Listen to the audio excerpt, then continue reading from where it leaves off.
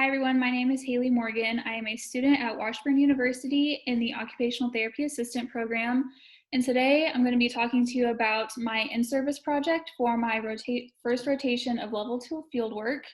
I decided my presentation is going to be over the benefits and how to use a token board and a first then board for a pediatric setting. For my first rotation, I am at HTR Pediatric Therapy in Tulsa, Oklahoma. And we see kids ranging from birth to 21 years old. Most common diagnoses I've seen personally is Down syndrome, spina bifida, autism, ADHD, those sorts of diagnoses. So I'm just going to go ahead and start right in. I'm going to show you what a token board and a first then board is. Then I'll kind of discuss what's the benefits for it, how to use it, things of that nature, and then I will go into the benefits side based on research. So first thing, I will show you the boards.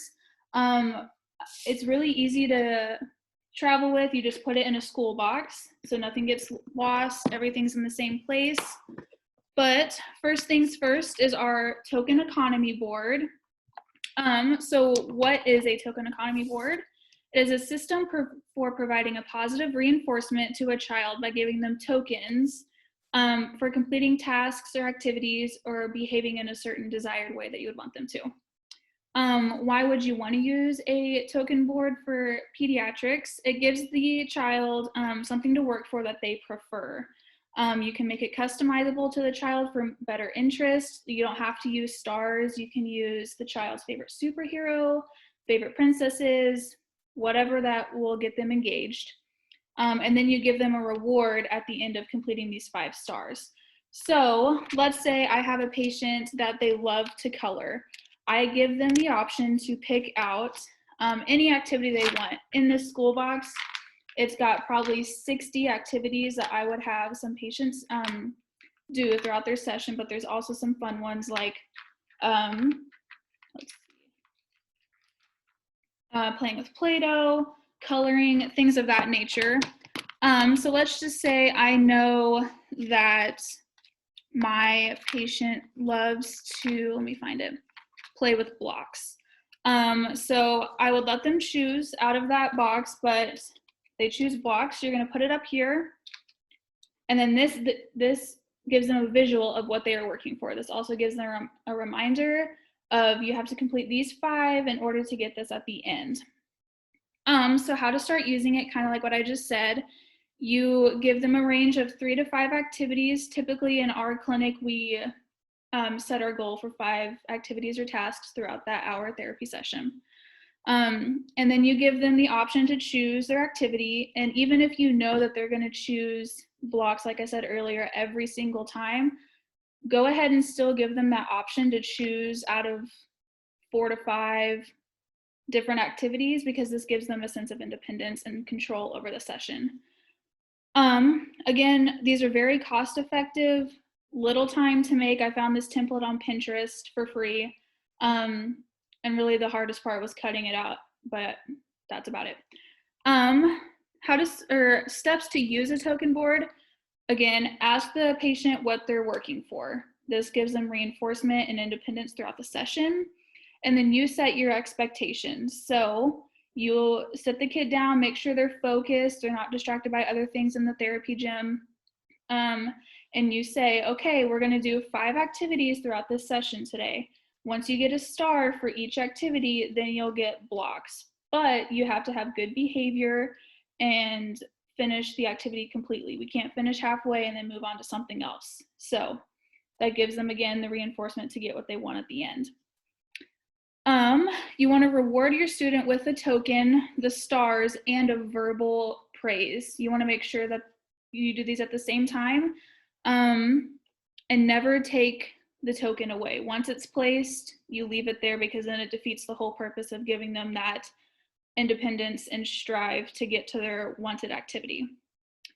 And then a tip for not taking away a token, let's say you get to 3 stars and then your patient just has a meltdown and they're not doing anything that you want them to do. Instead of threatening to take a star away, you'll want to talk to them about how they can behave when they feel upset or sad. What are some coping activities that we could do? Take 3 deep breaths and then we'll move on. If they recognize those behaviors on how to cope and change their behavior, go ahead and give them an extra star, because then that reinforces them to remember to act and behave in that desired way, in a calm, collected way.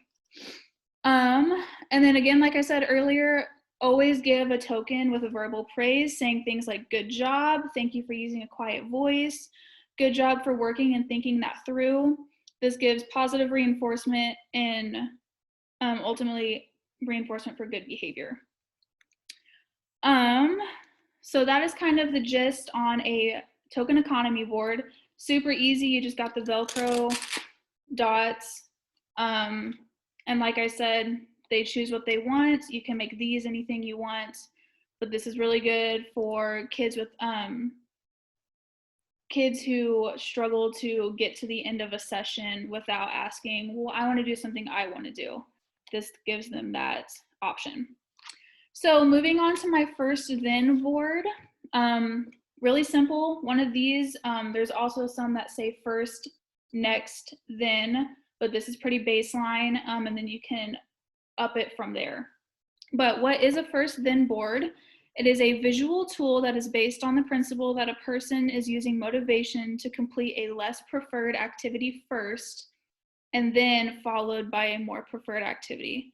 Using a first then board provides your child with a visual purpose of introducing new tasks, activities, or events in a manner that is understandable and attainable and may be more motivated to complete. It also gives them the option to choose an activity.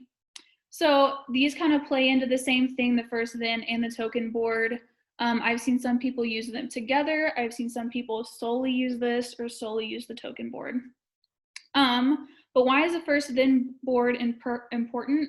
It can increase independence, provide predictable environments or activities, clarifies expectations while providing sequencing of events, supports easy transitions, reduced verbal prompts provided to the child, and increases motivation for completing an adult-directed task. And it can also prepare the child for a visual schedule. So moving on to things to consider when introducing this board. What is the goal for the child for using this? Is this to help them transition better? Is this just to give them a visual throughout the session? Things of that nature. Has there been strong motivators or preferred activities identified by the child? So this could be used to your advantage, like I said earlier with the token board. If you know your patient loves Play-Doh or blocks or coloring, put it in the then spot and then have them do an activity they might not prefer first. Moving on, do they respond to pictures, symbols, or texts? So going back into my school box, I will find something like, let's say a puzzle, and then they can play with Play-Doh. So puzzles obviously are things to work through, visual perceptual skills, visual motor. So that's something that they might not preferably like, but it's still working towards their goals. But then you reward them with Play-Doh, which can still provide therapy as well, but it's something that they prefer. So wanting to make sure that they can respond to these, like they know this is puzzle, they know this is Play-Doh. If they're older, you can just use the text of puzzle or Play-Doh, whatever works for the patient. Let's see, does the child refuse to complete certain activities? So again, this is a really good reinforcement of once you finish this, then we can do something that you would like. So let's see, then we have kind of the research and the benefits behind it. So both of these boards are considered, let's see, sorry, I lost my place.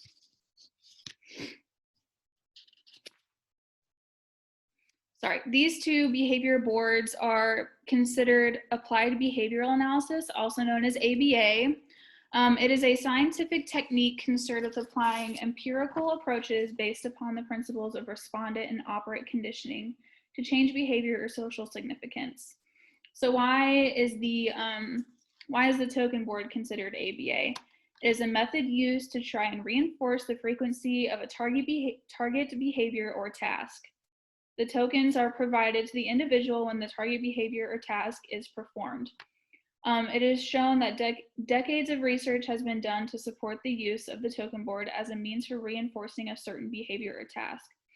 It offers a flexible way to deliver reinforcement to meet the needs of learners and us as interventionists.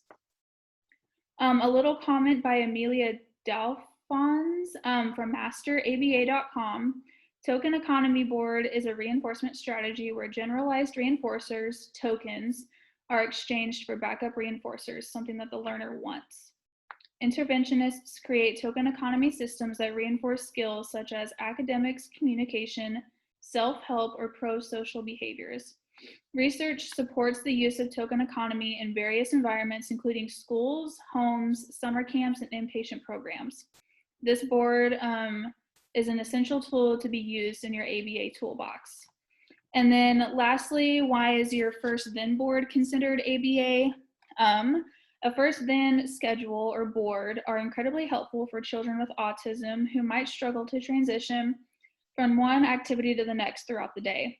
By breaking these activities down with structured, concrete images, children can easily predict what will come next, since transitions can be stressful for children with autism.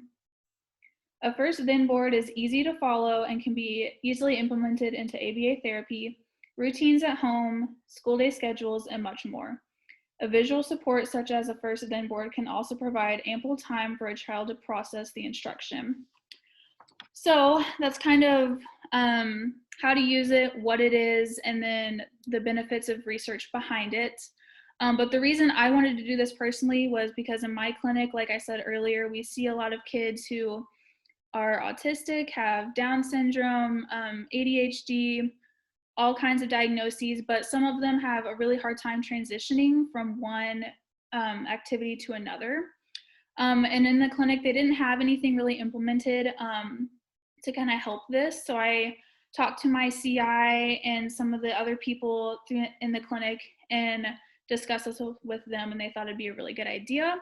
So I gave the clinic multiple sets of these and the token board. So they're used all over the clinic now. And then some therapists were able to make them their own and take them to patients' homes, as well as the clinic is part outpatient clinic and then part home health as well. So I hope you guys enjoyed my presentation and kind of gave you a little bit of insight of what these are and how they can help. Thanks.